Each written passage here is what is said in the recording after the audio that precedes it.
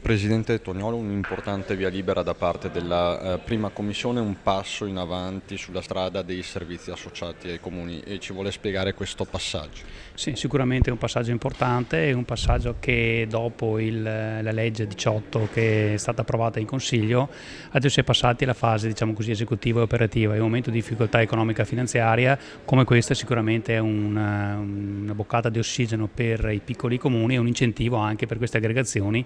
che devono sempre essere più spinte proprio per ottimizzare appunto i servizi di questi piccoli comuni.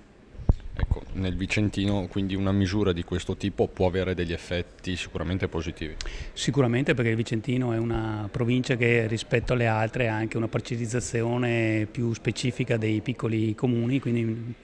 piccoli comuni in maniera più numerosi rispetto alle altre province e quindi questo credo sia assolutamente importante e significativo che si cominci appunto a fare squadra, a fare rete tra comuni per dare servizi sempre più efficienti.